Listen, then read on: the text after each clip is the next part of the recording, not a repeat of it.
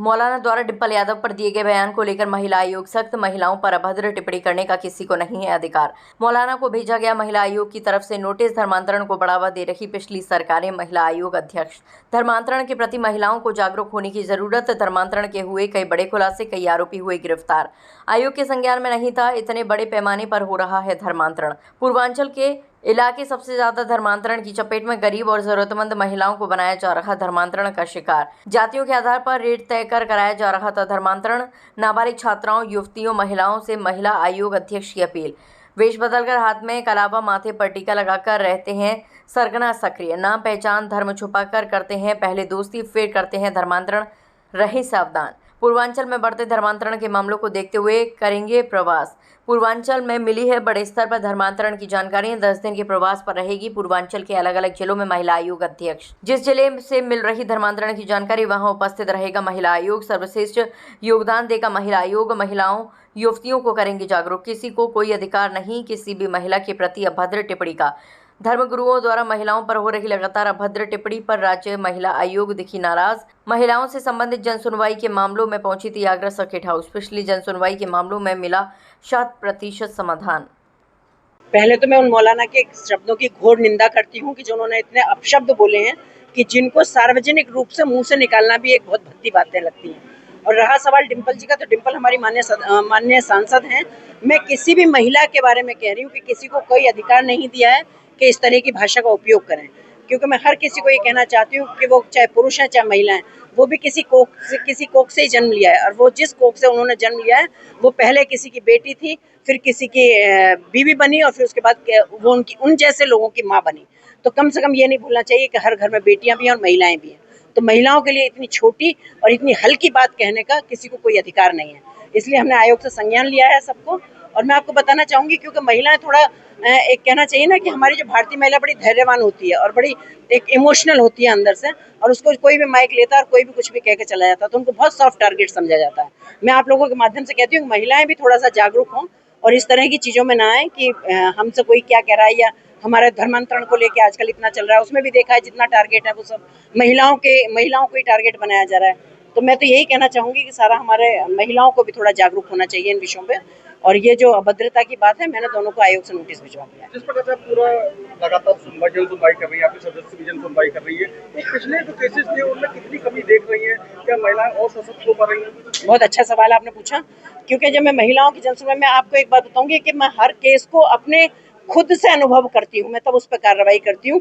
और इसका ही ये परिणाम है कि मैं जितनी भी जनसुनवाई करती हूँ उसका 100% निस्तारण मुझे अगली मीटिंग में मिलता है। आज भी मैंने आके जितने भी पिछले कामों की रिपोर्ट ली है, मेरी सारी जितनी एप्लीकेशन मेरे पास थी, सब में 100% निस्तारण है। तो मैं इस बात से बहुत खुश हूँ कि मैं जो काम देती हूँ वो प्रशासनिक तौर पर मेरे सारे कामों में सब कार्रवाई होती है और सबको न्याय मिलता है। धर्मांतरण पर जिस तरीके से ऑपरेशन अस्मिता के तहत तमाम खुलासे हुए हैं, क्या आयोग की तरफ से भी कोई संज्ञान लेते हुए विशेष अभियान चलेगा? देखिए, बिल्कुल जागरूक तो हम पहले से ही कर रहे थे, लेकिन हमारे नॉलेज में भी ये नहीं था कि इतने बड़े स्तर पे धर्मांतरण चल रहा है। मैं आपको बताना चाहूंगी कि कम से कम पूर्वांचल के 8-10 जिले तो ऐसे हैं कि जहाँ बहुत जबरदस्त तरीके से इस तरह का धर्मांतरण होता है। जैसे आपको पता होगा कि ये छंगू बाबा टाइप के लोग वही अपना सब टारगेट बनाते थे, क्योंकि वहाँ थोड़ा सा थोड़ा सा मैं कहूँगी शिक्षा का भी अभाव है और थोड़ा सा एक धन का भी अभाव है। तो जैसे उसका तो एक प्रोपोगंडा था कि भाई कोई अगर कोई ठाकुर है, कोई ब्राह्मण है, तो उनको 15-15, 16-16 लाख रुपए दे रहा है वो। और जो थोड़ा हमारे दलित समाज की बच्चियां हैं, नाबालिग बच्चियां हैं, उनको वो 10-10, 12-12 लाख रुपए देके। तो मुझे लगता है कि जब किसी चीज का अभाव होता है तो बच्चे फिसल जाते हैं इन बातों में। तो इस चक्कर के में वो कामयाब थे, लेकिन हम ये सोचते थे कि लड़कियां हमारी जा कहाँ रही हैं रोज। तो कुछ पता चलता भी था, लेकिन जब बाद में सारी चीजें खुली तो हमें भी वहां पहले पता चलता था कि जैसे लड़कियों के स्कूल्स हैं, उनके पास खड़े हो गए, लड़कों के नाम रख लिए, कलावे हाथ में बांध लिए, और उनको वो ये नहीं बताते थे कि ये हम दूसरे धर्म के लोग हैं और हम आपको लेके जा रहे हैं। वो उनको अपना फंसाया और वो लेके चले गए, फिर वहां जाके उनको फोर्स किया जाता था। ऐसा ही एक मामला मैंने आगरा में मैंने उसका संज्ञान लिया था, जिसमें उसका भी नाम जमालुद्दीन था। और उसके लिए भी जो एक ब्राह्मण परिवार की मेरे पास एक महिला आई थी, जो कि बहुत ही त्रस्त थी और अच्छे परिवार की महिला थी, तो वो शर्म की वजह से किसी को कुछ कह नहीं पा रही थी और बहुत दिन से उसका वो शोषण कर रहे थे। तो जब वो खुद के बाद उसकी बेटी पे बात आई तो वो महिला मुझ तक पहुंची। फिर उसके बाद उसी से संबंधित मेरे पास बहुत सारे केस आए, जिसमें मैं आपकी जानकारी के लिए बताऊंगी कि कम से कम 55-60 केस उस व्यक्ति के पास निकले हैं, ऊपर निकले हैं। तो उसको भी मैं उसके लिए भी प्रशासन के लोगों को, सब पुलिस डिपार्टमेंट को मैं धन्यवाद देना चाहूँगी कि उसको भी मैंने कहा था 24 घंटे में उसकी गिरफ्तारी मुझे चाहिए, क्योंकि मैंने उसको देखा, क्योंकि उसके वीडियो ऑडियो सब मेरे पास, इवन उसकी लड़की का भी मेरे पास वीडियो है। तो उसके बावजूद मैं धन्यवाद पुलिस का इसलिए देना चाहूँगी कि उन्होंने 24 घंटे भी नहीं होने दिए और उसकी गिरफ्तारी कर ली। तो अब क्योंकि हमें भी सोर्सेज ये पता चल गए कि इस तरह की भी ये चीज़ें हैं, तो निश्चित रूप से कि महिला आयोग को भी कार्रवाई करने में भी और महिला आयोग को इसको रोकने में जो हम लगातार प्रयत्न कर रहे थे, लेकिन समझ में नहीं आ रहा था कि ये क्यों नहीं रुक पा रहा है इतना। तो क्योंकि अवेयरनेस के हमारे यहाँ से प्रोग्राम चलते हैं बच्चियों के, चाहे वो स्कूल कॉलेजेस हैं, चाहे वो ऐसी जगह हैं कि जहाँ बच्चियाँ रहती हैं और जहाँ स्कूल नहीं जा रही हैं, जो भी है, पर निरंतर अवेयरनेस के कार्य चले थे। पर मुझे लगता है कि अब हमें अच्छी सफलता मिलेगी, क्योंकि अब इसके बाद भी मेरा लगभग 10 दिन का प्रवास पूर्वांचल में ही रहेगा। तो खुलासे के बाद अलीगढ़ से करीब 100 लड़कियों के लापता होने की भी खबर है। क्या आयोग पूरे उत्तर प्रदेश के अलग अलग जिलों के जो प्रशासनिक और पुलिस के अधिकारी उनसे समन्वय करके क्या तैयार करवाएगा? आपको एक बात बताना चाहूंगी कि उत्तर प्रदेश के हर कोने में महिला आयोग इस वक्त काम कर रहा है, और आप जैसा जानते होंगे एक महिला आयोग है, तो महिलाओं से संबंधित सारे संज्ञान हम लेते हैं।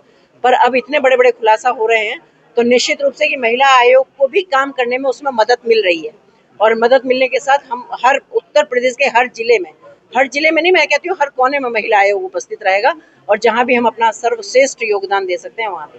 जिस तरीके से इस्लामिक तो बड़े गैंग सामने आए हैं धर्मांतरण के, इसी तरह क्रिश्चियन गैंग भी काम करते हैं जो धर्मांतरण का बड़े पैमाने पर लोगों को तोड़ते हैं। देखिए दोनों, अब मैं इसमें क्या कहना चाहूंगी, क्योंकि पिछली सरकारें कुछ ऐसी रही कि जिनमें इनको इतना बढ़ावा दिया गया। अब आपको ये सोचिए कि जब इतनी खाइयां हैं तो उनके भरने में थोड़ा टाइम लगेगा। अब धीरे धीरे सब शुरू हुए। अभी देखा कि आपने कितने बड़े लेवल पे कभी कल्पना की थी, कितने बड़े लेवल पे कभी खुलेगा, पर अब खुल के आया, तो निश्चित रूप से टाइम लगेगा, लेकिन सब चीज